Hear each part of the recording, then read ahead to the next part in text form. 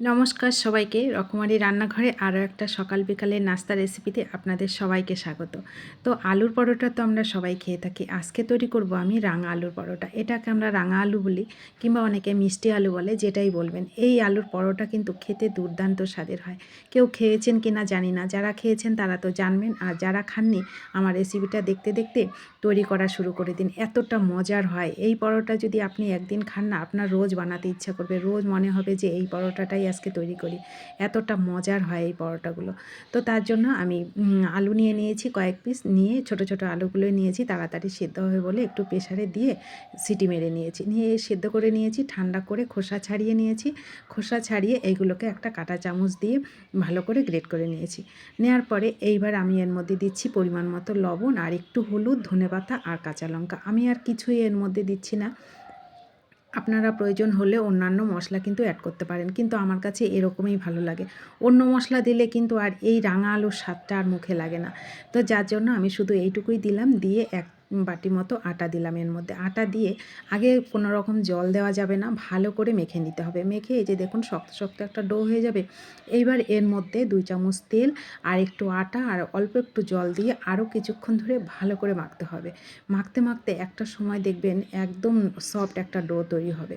তো এই যে কাঁচা লঙ্কাটা আমি একটু বেশি দিয়েছি, যার জন্য এরকম হচ্ছে। আর কাঁচা লঙ্কাটা যদি আপনারা একটু থেতো করে দেন তাহলে আর অসুবিধা হয় না। তো আমি এরকম করে দেওয়ার জন্য একটু অসুবিধা হয়ে গেছে।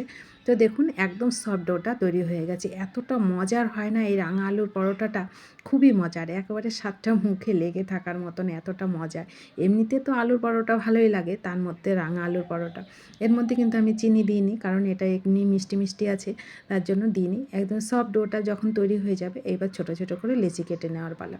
লেচি কেটে নিয়ে এইবার এগুলোকে বেলে নেব। বেলে নিয়ে এইবার এগুলোকে আপনি ঘি হোক বাটার হোক, যেটা আপনার পছন্দের সেটা দিয়ে এটাকে ভেজে নেবেন।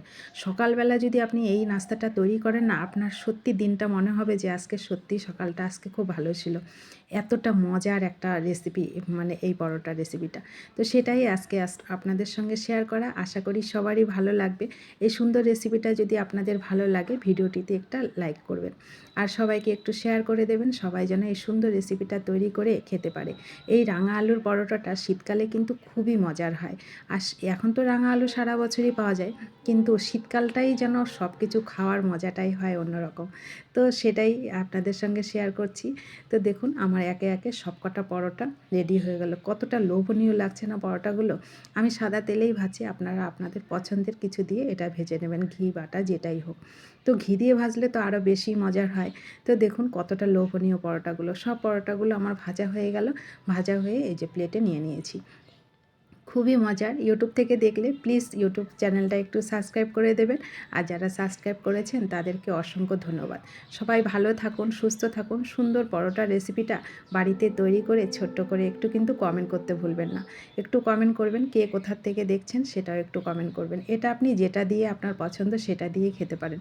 আর গরম গরম চায়ের সঙ্গে এমনিও ভালো লাগে, কিন্তু খুবই মজার, মিষ্টি মিষ্টি ঝাল ঝাল হয় পরোটাটা। তো আমি এটা রাতে ডিনারে খাচ্ছি, যার জন্য একটু সবজি নিয়ে নিয়েছি। এখানে আলু ফুলকপির সবজিটা নিয়েছি, দেখুন ছিঁড়েও দেখাচ্ছি কতটা মজার। পরোটাগুলো একেবারে সফট, দুর্দান্ত স্বাদের হয়। তো বাড়িতে অবশ্যই তৈরি করে খাবেন, আর ভালো থাকবেন, সুস্থ থাকবেন। সুন্দর রেসিপিটা শেষ পর্যন্ত দেখার জন্য আপনাদের সবাইকে অসংখ্য ধন্যবাদ।